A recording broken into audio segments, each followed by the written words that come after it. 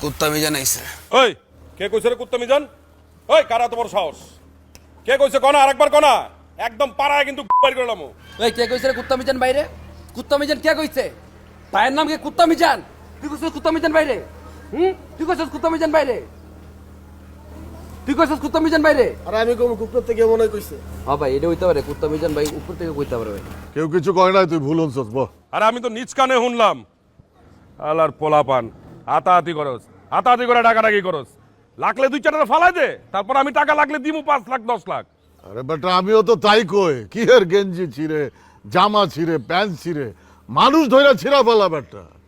এখনকার পোলাপান সব ফার্মের মুরগি, আমগো মতো কইলজা অগো নাই, বুঝছস?